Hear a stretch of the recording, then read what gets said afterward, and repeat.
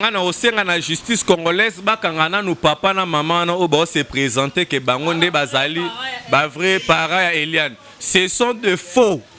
C'est une fausse information. Zelanga na bi ba parents Eliane très bien. Premièrement, maître avocat wana. Allah qui sabi so qui est derrière lui et puis mbongo ya kotika plainte wana na parquet so qui bazuki.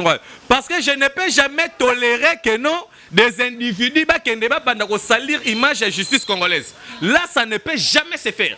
Est-ce que vous comprenez, maman? Il faut nous mettre avocat, bakangina Eliane wana, Eliane ngana zo ke porter nous plainte.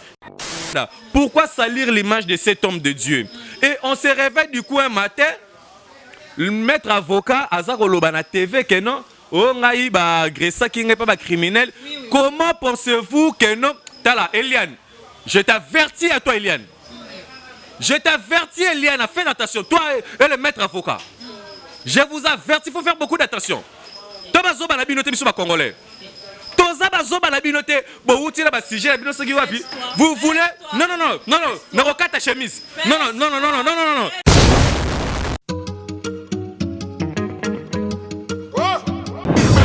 Mati Kasongo Mati. Matika Song. Bon. Hé, garçon, lève-toi vite. Abonne-toi chez Matika Songo TV. Parle-en à ta copine aussi. Vite, vite, vite, vite chez Matika Songo TV. Chenia, Ngouya, Ngouya, Ngouya. Matika Songo TV. Exceptionnel, l'homme qu'on appelle Matika Songo Matkas de longue date. Comment tu sais? Hein? Aïe.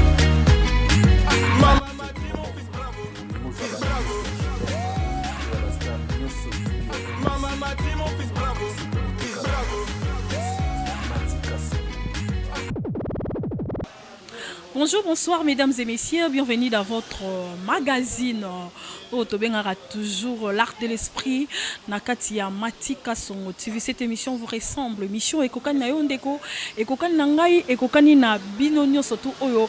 Bon mais ça toujours Kolanda émission na Bino, magazine na Bino Nakatia Matika Songo TV.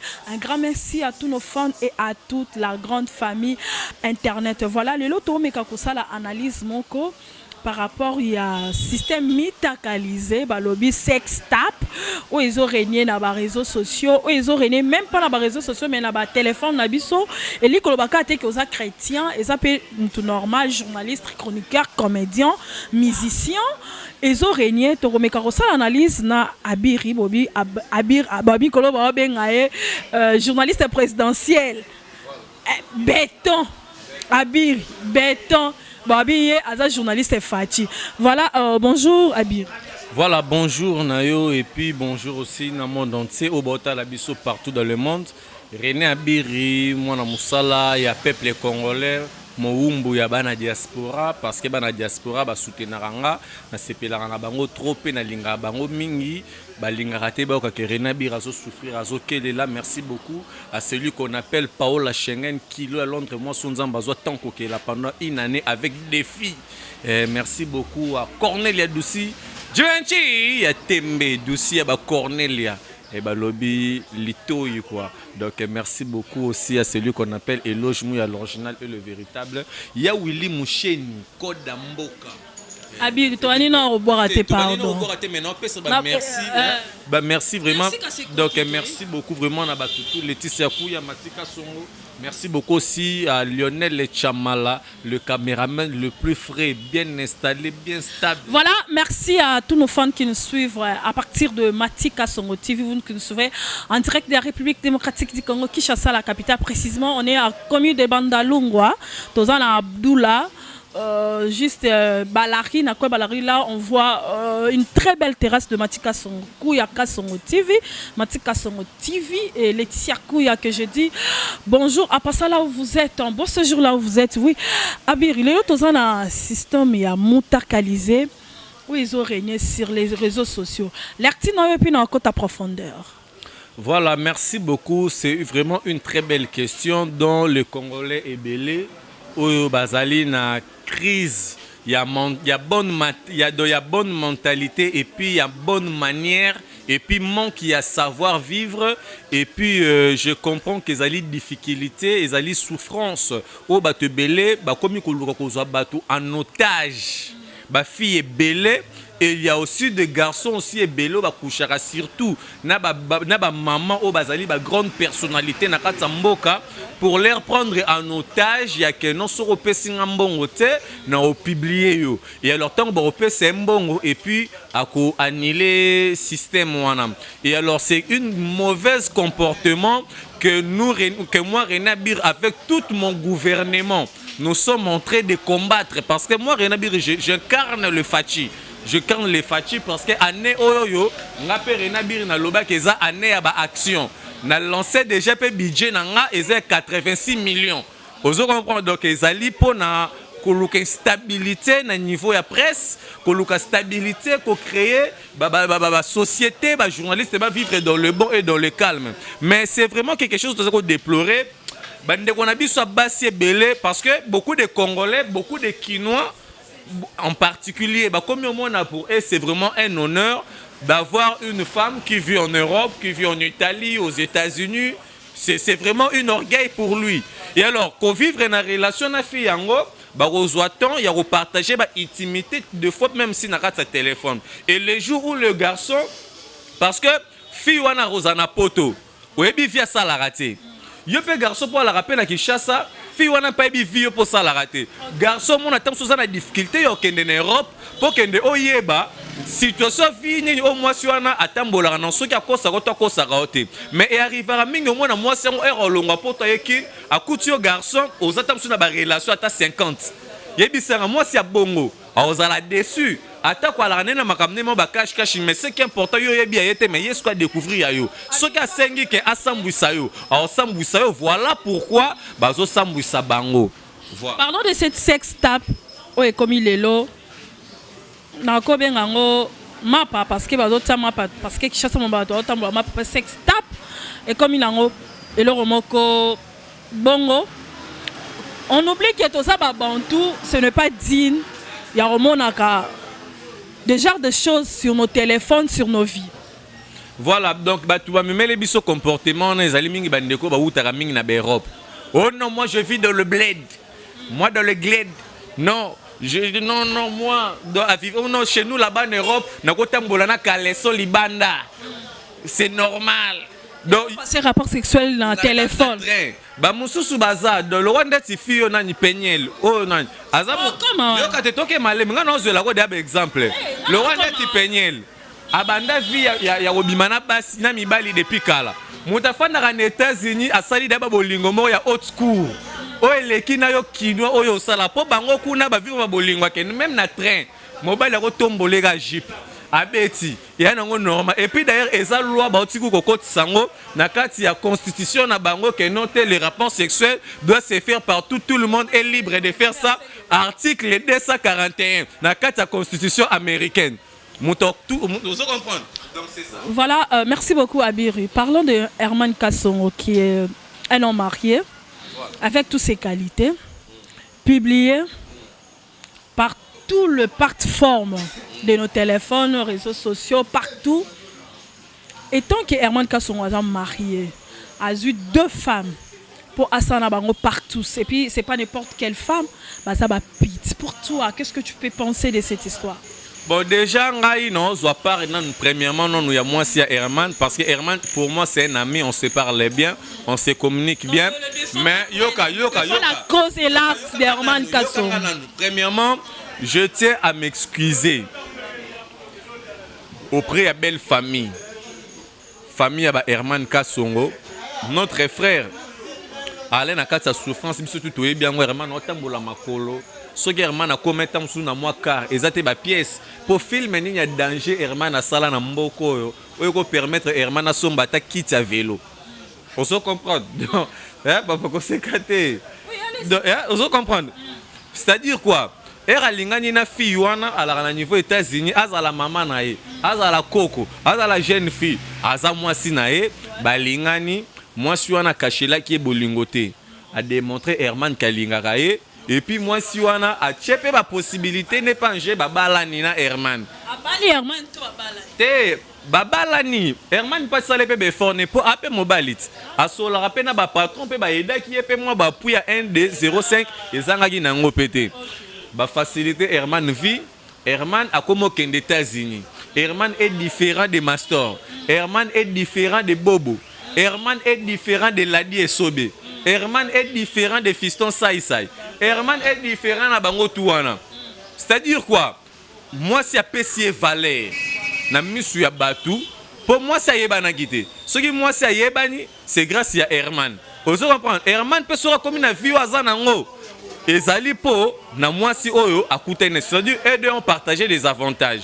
mais ce qui était important je comprends que la femme de son objectif elle a besoin mobile mo ba fanda ne bien se comprendre la vie ça nini et continuer vu que l'homme aussi est jeune na musala na peut-être à ça la femme soutenir il se fait que notre jeune frère a sali ou ezali infidélité accoucher koto quel genre d'infidélité accoucher koto accoucher pe koto toboité mais il faut aussi savoir qu'est-ce qui a fait que mobali parce que mobali a bimalibanda pambate mobali poko mo bimalibanda c'est qu'il y a eu quelque chose dans la maison ne sali que to vivre en na ba papa na biso Herman to mona te que ça robima libane c'est que ndirait ça système ro Herman na sala parce que quand deux fils c'est une partout système T ça peut être aussi que non Herman a fait ça pour répondre na bêtise au moins ça salaki peut-être au moins Herman na salaki biso ngano to e bien ngote Superman pas lobi pas bimisongo pas to ka moi c'est là je ne défends pas Herman mais je parle parce que moi je suis universel je raisonne universellement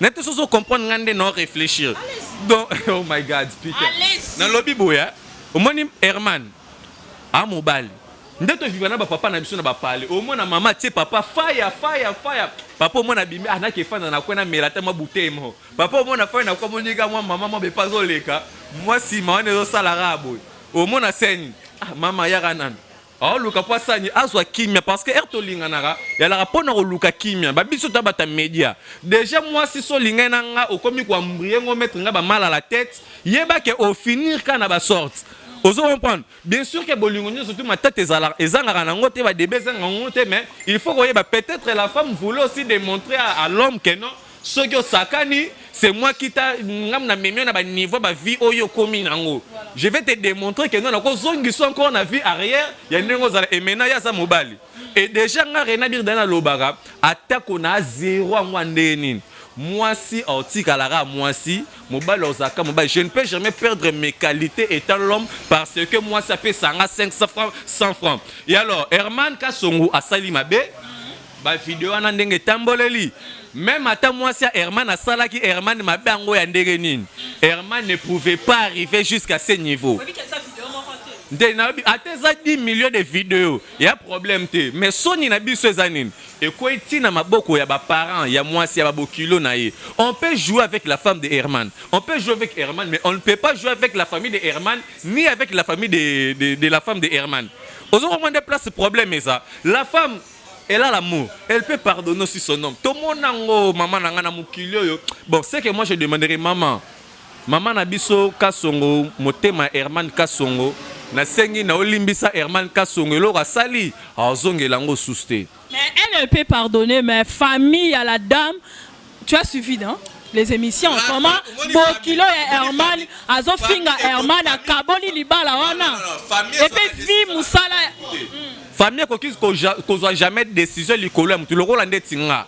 Excusez-moi na lobake non te na vivara na kapajika Lydia Lusamba. Veut dire que yende mère. Ozo comprendre Lydia kapajika.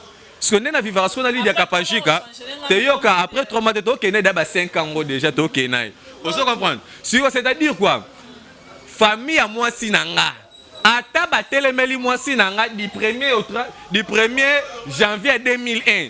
Si na 2100 que to lingara birité mais soki moi si nanga linginga elle peut aussi être influencée te au moins soki moi ça comme dans ba niveau za l'influencer c'est kaza zoba moi so moi si akomo za la influencer yo vraiment makambo Herman na sali yo lingo zongelela mais peut-être tu ne sais pas c'est quelque chose que Dieu a fait pour Herman akata mbala moko ba vie na yo na nyonso pour faire na maman stable na yo peut-être tu ne sais pas Vous comprendre? Donc c'est un peu ça, mais le Rwanda, si c'est un exemple, famille moi si nanga télémeli moi si nanga du premier 2001, si na 2005, abala nanga te ba mikosi pour na kozoyer na mbongo na to sali libala na ndenge na biso.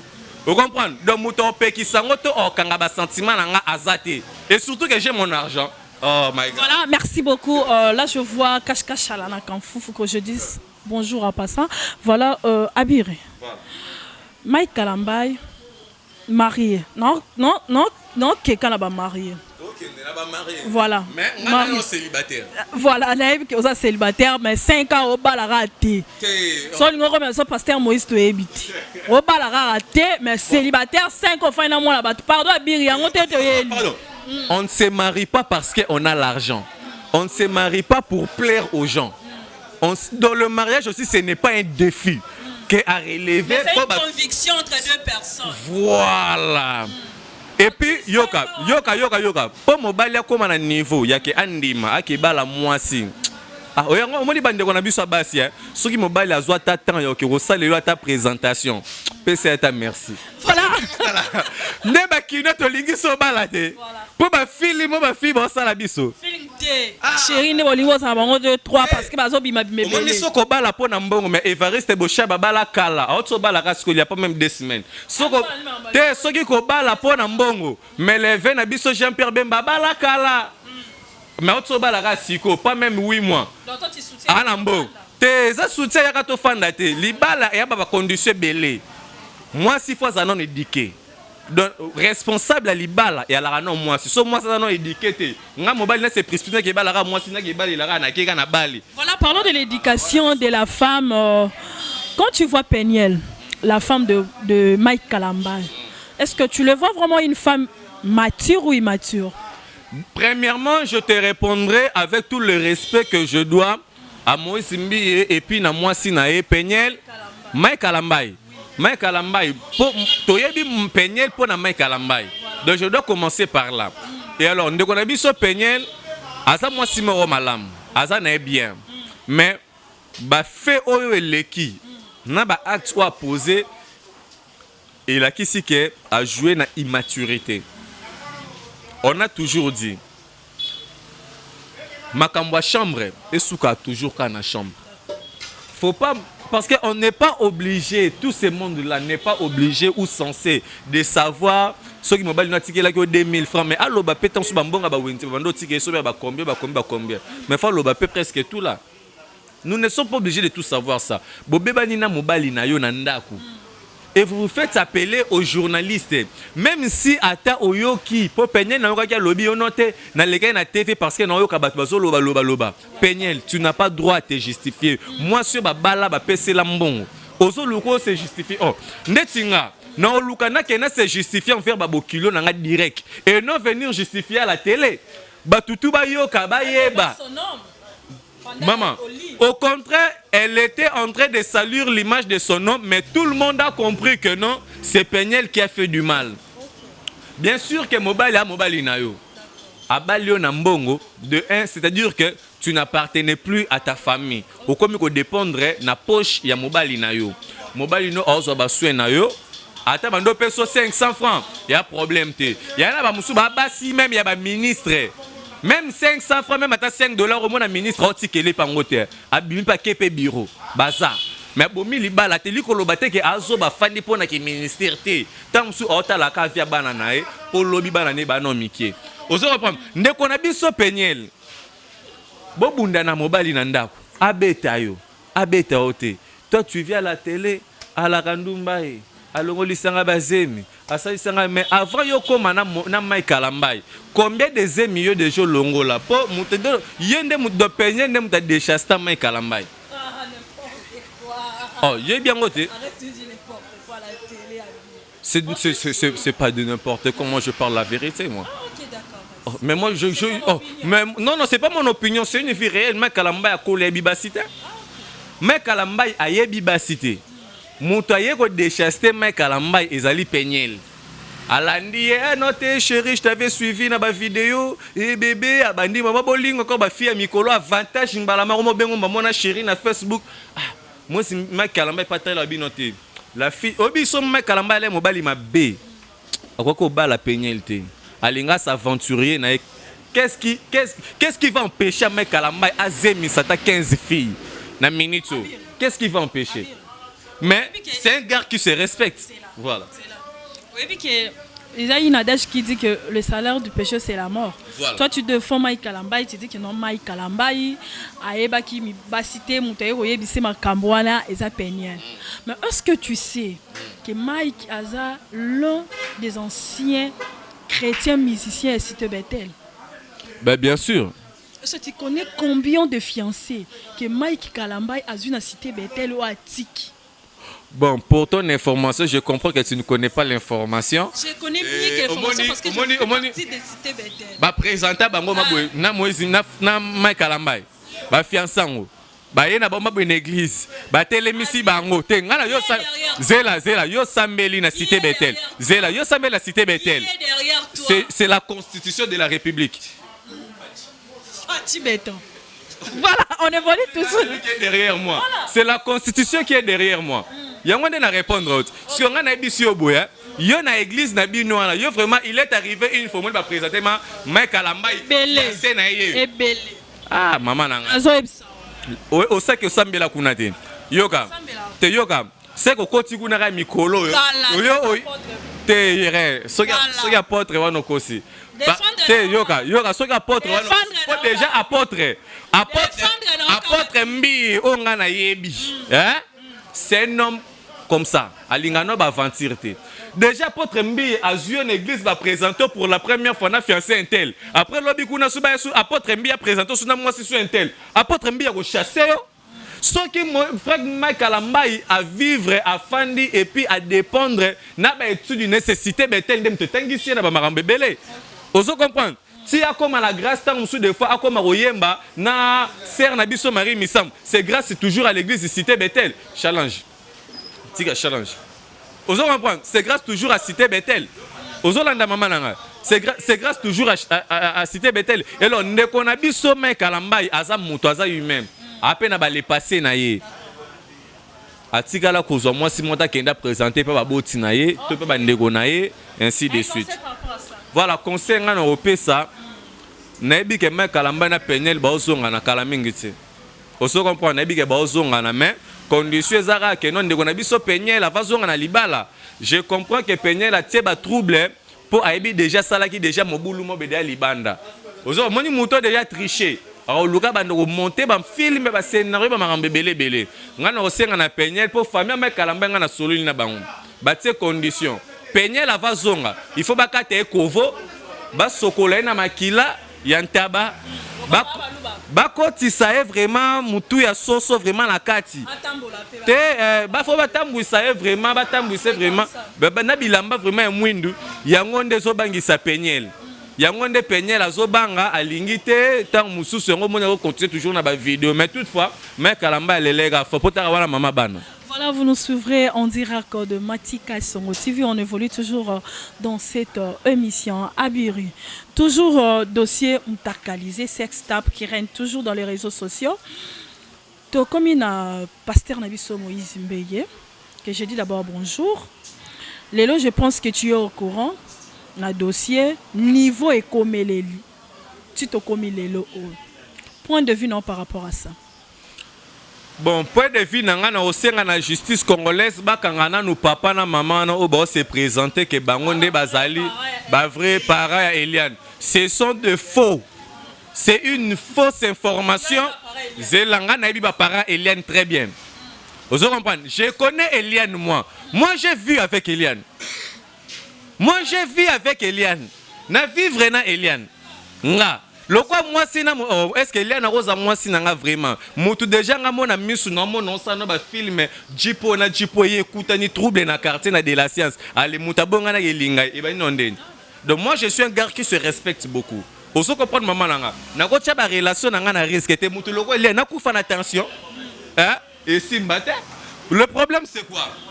L'état congolais il faut bakanga premièrement mettre avocat wana Allah qui sabiso qui est derrière lui et puis mbongo ya koya kotika plainte wana na parquet soki bazoki ngwa parce que je ne peux jamais tolérer que non des individus bakende banda ko salir image de justice congolaise. Là ça ne peut jamais se faire.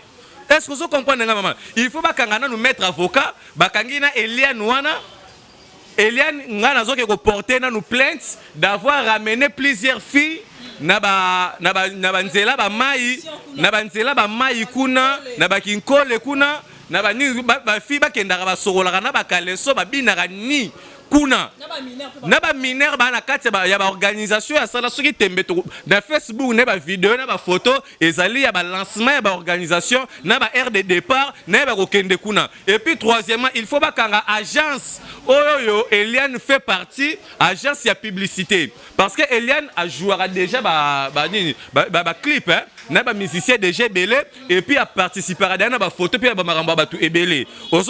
C'est déjà quelqu'un qu'on connaît sur des réseaux sociaux. Il y a de cela depuis longtemps. Je connais Eliane, Babotami, bon, nombre d'effectifs à Babotami la famille n'a pas habité. Mais Ertofan n'a pas un quartier moko.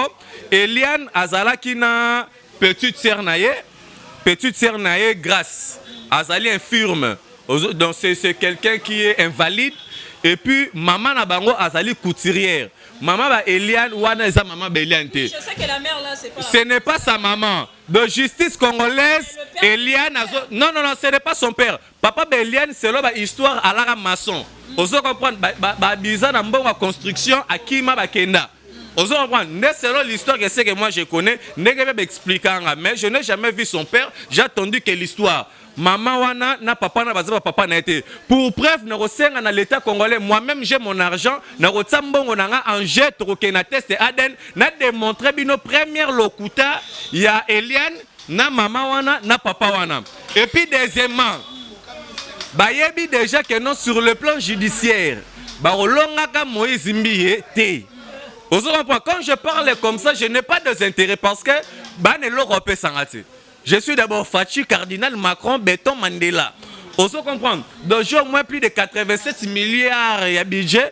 Donc, il y a bien déjà. Parce qu'on a l'ingana clôturé, quelle est la justice? Baso manqué dans le premièrement, argument, il y a qui s'en juge. Parce qu'ils n'ont pas de preuves réellement.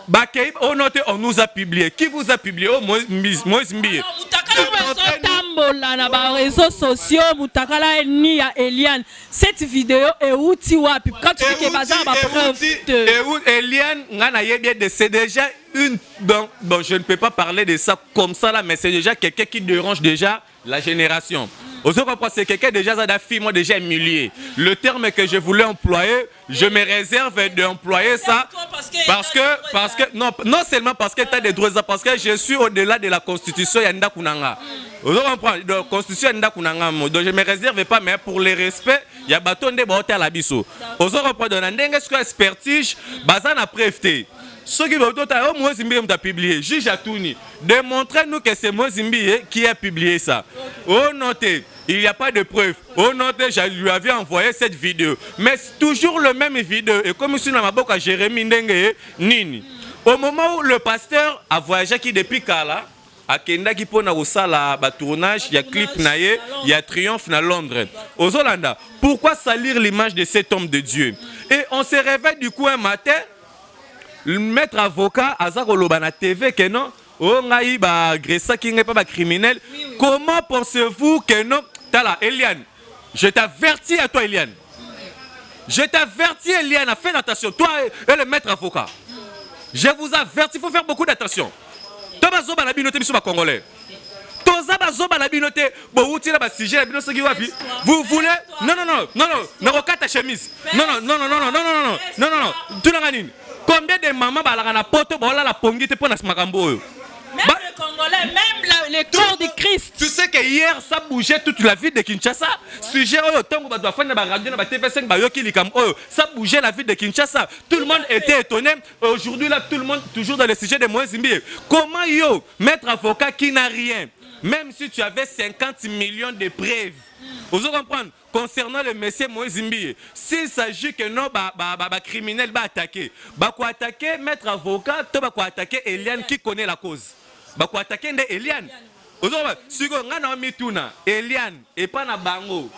ata général babaraka yo dangote ata général ata la bagarre du corps ne sont pas baro barre et pas ba Eliane est-ce que elor ni cause à l'interdiction pas ba criminel ba côté pas ba Eliane basa la Eliane quelque chose et puis ce qui est grave monsieur le procureur de la République ce qui est grave est que Maître avocat solo bakeno ba betie munduki et puis ba ebise que non c'est Mozimbi qui nous a envoyé un criminel peut dire ça un criminel c'est un oh my god un criminel donc yo moni do yon Eliane ce qui voilà na maître avocat dans la relation amoureuse botika peut ko benda ba échelon moni le frère Jérémy ne connaît rien sur ces sujets botika ko benda sika parce que aujourd'hui là autant que combat frère Jérémy le lendemain ou demain autant encore combat batu monsusu to bando za sali pour et ça la vidéo mo bana ko circuler que fiancé na moko boy la vidéo mo na ça même na téléphone a senga effective épousé en même temps car il est fiancé à les garçons je dis c'est le nom c'est le frère Christian fiancé na et en même temps lui sort encore avec le pasteur Moïse Mbi. C'est pratiquement impossible. Vie privée à Moïse Mbi, Anna Makambo a partagé na batu. Il y a des choses à laquelle il ne peut pas partager aussi ça avec les gens. Comment pensez-vous que nos vidéos comme sur moi c'est ngati kendelinga azanu na zongona tindelengo encore challenge kala. Je peux lui dire tout, mais il y a des choses à laquelle dont je peux pas lui dire. Pour le respect aussi de ma femme, de peur qu'un jour a manqué péter respect en sous la mise sur bateau. Oso comprendre. Namba sens wana. Pensez-vous que moi Zimbi Eliane a tindeli vidéo, moi Zimbi a jusqu'au vidéo a tindeli encore Jérémy. Il y en a sens té. Donc c'est-à-dire quoi Eliane elle couchait avec Jérémy. C'est que vérité na bangomi balende comme ko bimasuko na poisa. Oso comprendre. C'est ça. Voilà et Eliane on sa ba déclaration que pasteur Moïse Alongola ba zemi. Eliane a lobby que le dauphin, parce que la réclamation Eliane qui dit que non, le feu de fond du papa de Moïse Mbi et tout ce qu'on sait que le père est vivant, l'apôtre est vivant, et puis à l'ongolais basé, tout ce qu'on sait que Eliane a eu à Bethel en 2018, et tant que figurant, il y a clip yé oyo. Mais dans cet espace de 2 ans, moi je suis en train de réfléchir moi aussi à ma personne. Dans l'espace à 2 ans. Déjà pour comprendre, Eliane n'a pas 20 ans. Eliane elle a au moins 34 ans d'âge. On a dit 28 ans. Non, Eliane elle a 34 ans. Moi je vous l'ai dit et je vous le confirme. Eliane a 34 ans. Deuxièmement, ce que Eliane a apporté, moi Zimbi est plainte. Faisant la raison tango mususu ya que non j'ai eu participé dans 4 clips ba fouté ngambongote là ça se comprend ya que non ba longole nga zemi oui c'est bien bon moi Zimbi à moi mon bal ana plan ana bord vous comprenez moi Zimbi appelle ba sentiment ana bord ana so moi Zimbi ana bord où était les mains vous comprenez et mon ipé moi si peu boy occuper sentiment mais moi si quoi manifester sentiment exacté alors c'est réservé ta homme de Dieu. Vous comprenez? Même à ta salle, on a cousu, il y a vie privée. Vous comprenez? Mais ce que moi je me demande, dans tous ces temps-là, Eliane, elle quittait chez elle à la maison, inde ti kuna, accueilli, babeti pétan musuma kembese. Pour nini alobaki te na ndako na bonote mama e nakenda pour akende kuna bandoke na sentiment enani son père a dit que sa fille ne mange jamais mais sa fille ne mange jamais mais quand la fille bon toke na analyse quand la fille elle a enlevé une première grossesse est-ce qu'elle avait dit ça à son papa? Non. Quand elle a enlevé deuxième grossesse, maintenant entre la fille et le papa qui est en train de mentir les gens, c'est son papa qui est en train de nous mentir. Papa, d'ailleurs, on papa Eliane, tu es un aventurier, toi, monsieur. Tu es un aventurier. D'ailleurs, si tu es sur la justice, tu es un maman. Voilà, on évolue toujours dans cette émission. Le problème, c'est quoi? Non, c'est la justice congolaise. Tu as besoin d'état de droit. Parce que Makam O Eliane Azo Sala ezali ko fingi sa justice ya Congo. Quand on parle que non ezali ko fingi sa justice ya Congo, on voit directement qui est salu, c'est le président de la République, Félix Tshisekedi Tshilombo. Mais quand Tshilombo est sali. Oh my God. Kasi année action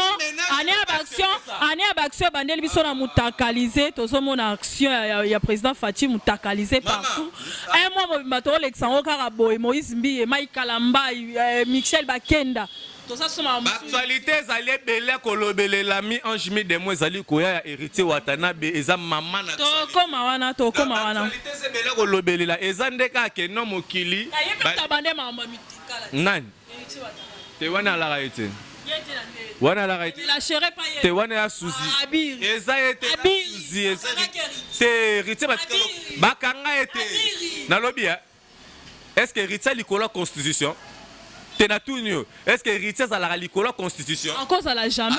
Mais accepte que la vidéo est à la héritier. Si la justice elle-même est kangi était, yo muto mokilo qui est condamné, yo la justice à Congo na mayele. Ce que justice à Congo est libéré héritier de ne pas avoir commettre cet acte.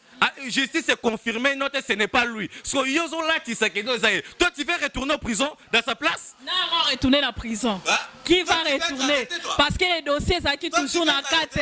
Arrête de m'intimider, on fait l'émission. Et ça est réel que c'était l'héritier Watanabe. On évolue dans cette émission, même Sozo Boyango, mais Abiri.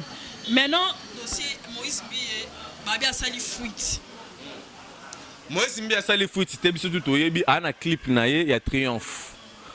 Puis album nezali ko bima bientôt là aza concentré sauter même la publication naé online de ça toujours au fur et à mesure vous allez continuer il y a ko critiquer il y a ko finga Moïse Mbié c'est au fur et à mesure que Dieu aussi est en train de lui élever et vous c'est le montant de malédiction que vous êtes en train d'accueillir. Voilà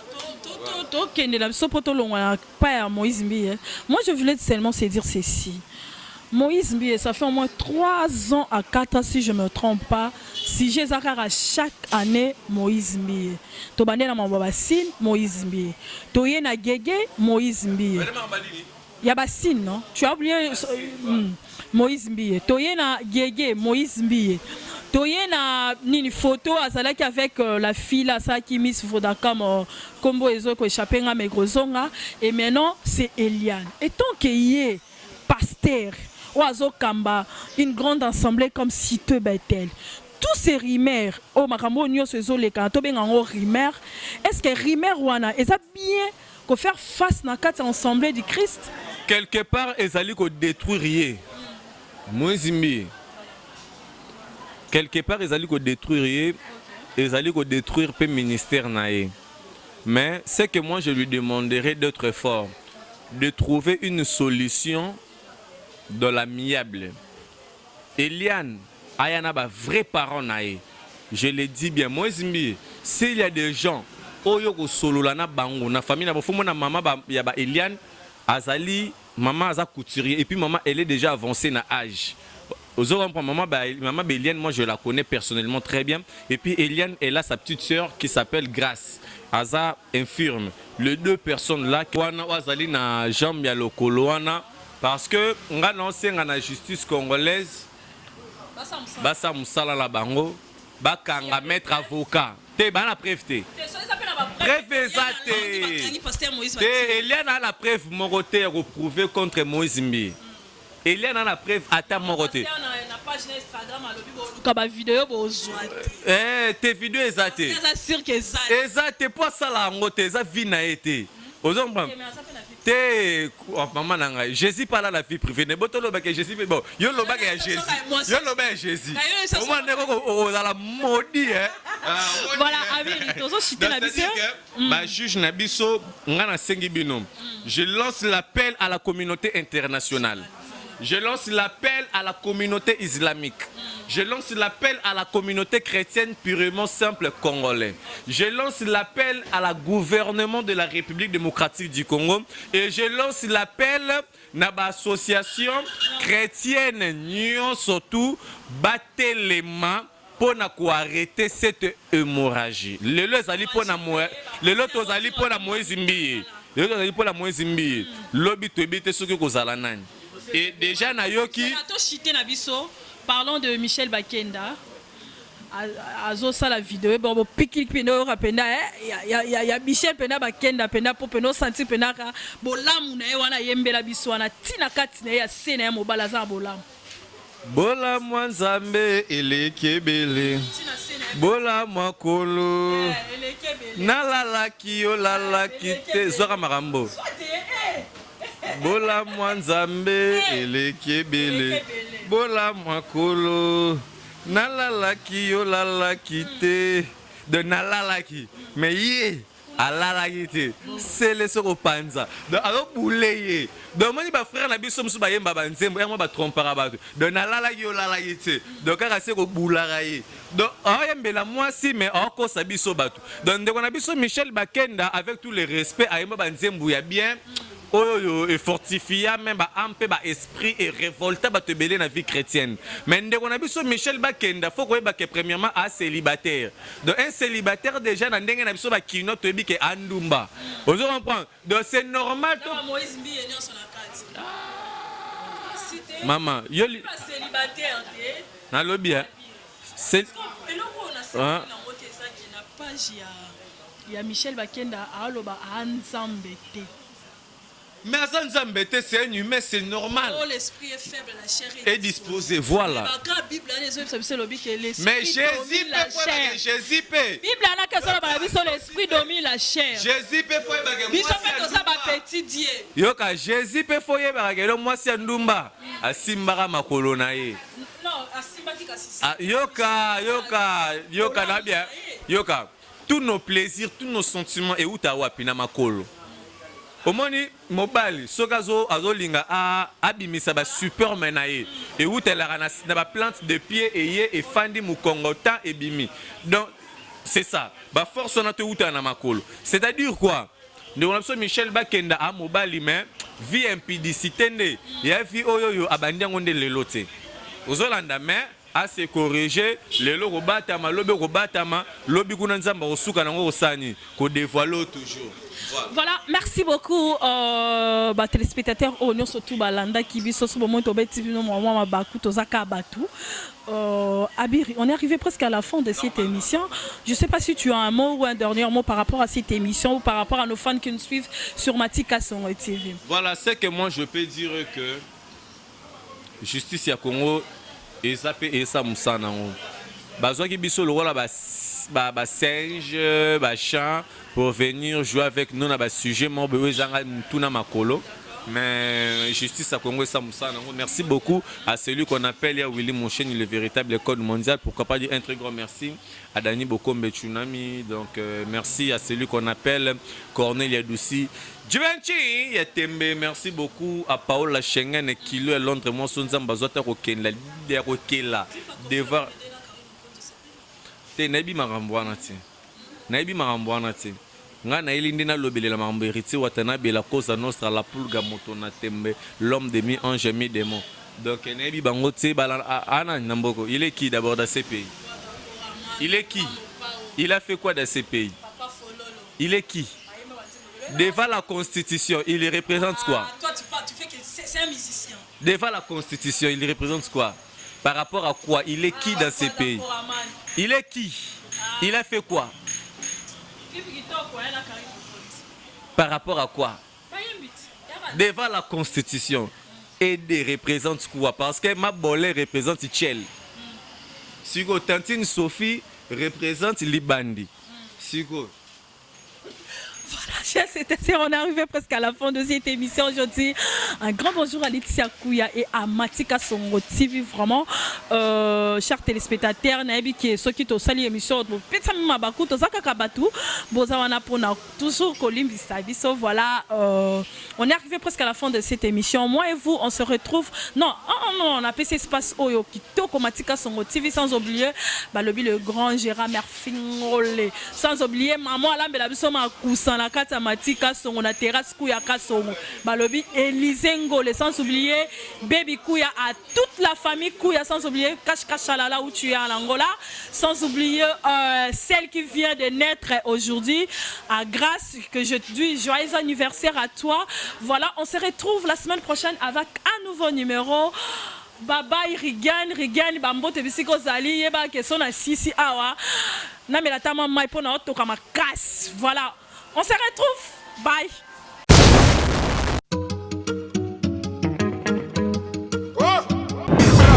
Matika Songo. Kasongo Machi. Matika Songo. Bon. Garçon, lève-toi vite. Abonne-toi chez Matika Songo TV. Parle-en à ta copine aussi. Vite, vite, vite, vite chez Matika Songo TV, Chenia, Nguya, Nguya, Nguya. Matika Songo TV. Exceptionnel, l'homme qu'on appelle Matika Songo Matkas de longue date. Comment tu sais? Aïe.